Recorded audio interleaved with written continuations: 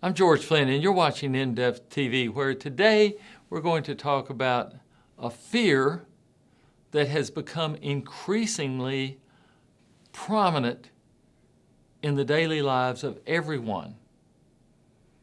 And this has come about because of social media, the news, everything you can think of, all of this information coming in to your life. Well, what is it doing to you? And the new word that people, you may have heard of it, you may not, FOMO. That's right, F-O-M-O. And if you haven't heard of it, you're going to know a lot about it here in just a few minutes. It is fear of missing out, FOMO. And it's a real phenomenon. And it's becoming much more common than you ever thought. And it can actually cause extreme stress for you, for your family, for your friends.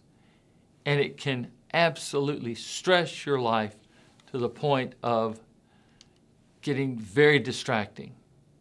It can affect just about anyone. Some people are at greater risk. Are you at greater risk? Well, here's what you should know about the history of FOMO, or fear of missing out. You know, we want to know what the history is, what the research says, how to recognize it, is it in your life, and how to manage FOMO to avoid affecting your life and your happiness in a negative fashion. Well, what is it? Fear of missing out refers to this feeling or this idea or perception that others are having more fun, they're living better lives, or they're experiencing better things than you are. Now, in the past, there was some talk about this, and we would hear the grass is always greener on the other side of the fence.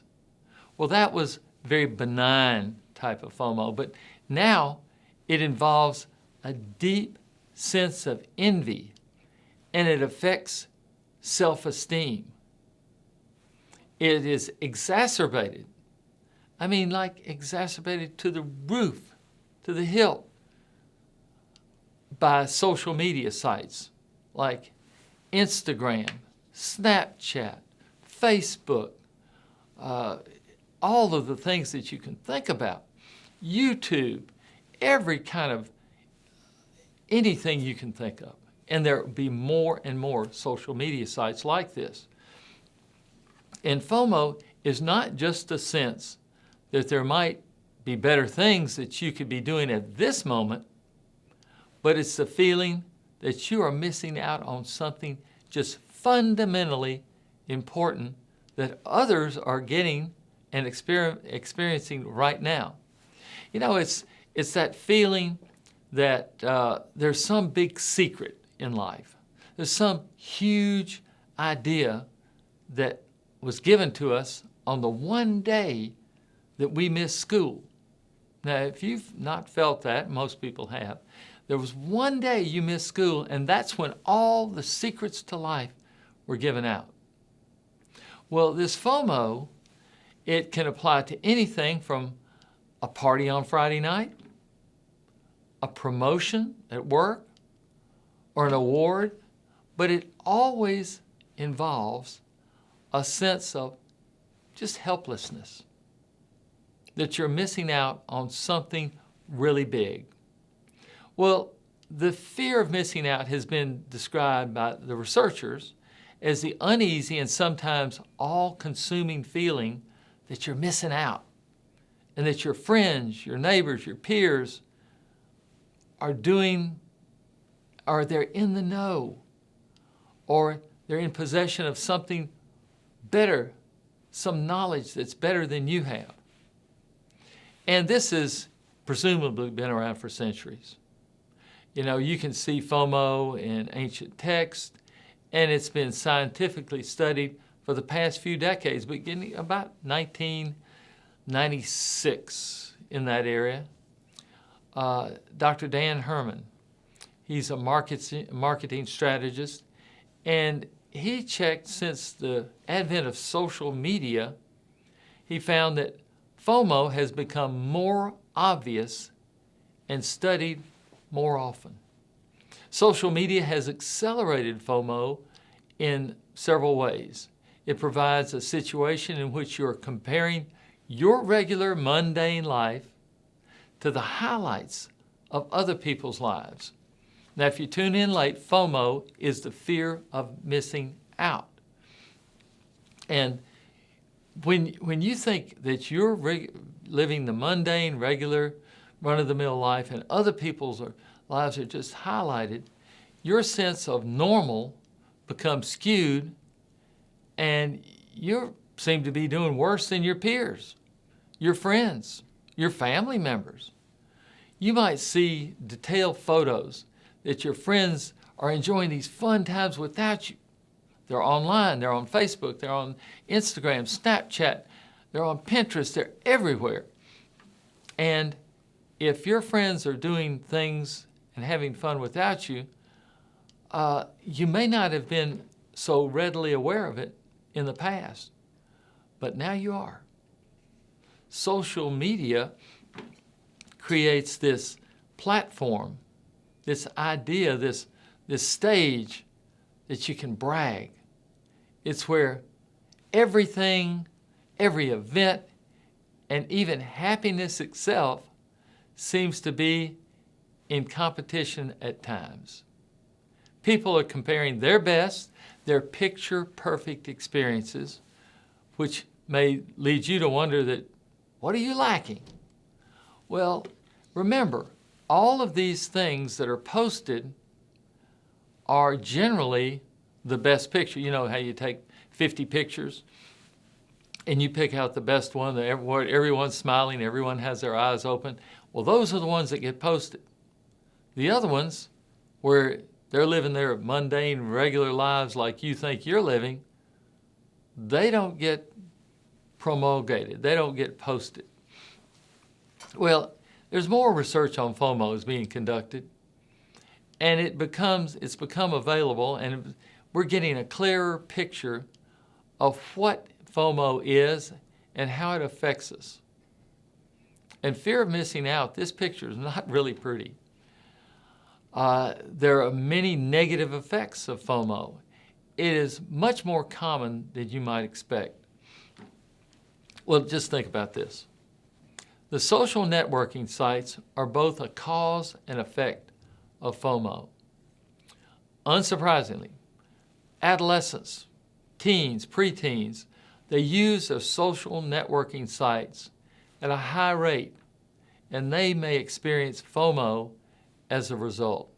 Interestingly, FOMO acts as a mechanism that triggers higher social networking usage because you want to keep up. Girls are experiencing depression, and they tend to use social networking sites at a greater rate. Boys, on the other hand, found that anxiety was triggered for a greater social media use. You know, anxiety is triggered. This shows that the increased use of social media can lead to higher stress in boys and girls, males and females. It can lead to higher stress in every type of person. Well, FOMO is associated with social media use, and it transcends to age and gender. It can be experienced by people of all ages. You know, a lot of studies have found this. One study in the Psychiatric Research Journal found that the fear of missing out was linked to greater smartphone and social media usage, and that this link was not associated with age or gender. And the research also found that both social media use and problematic smartphone usage were linked with a greater experience of fear of missing out.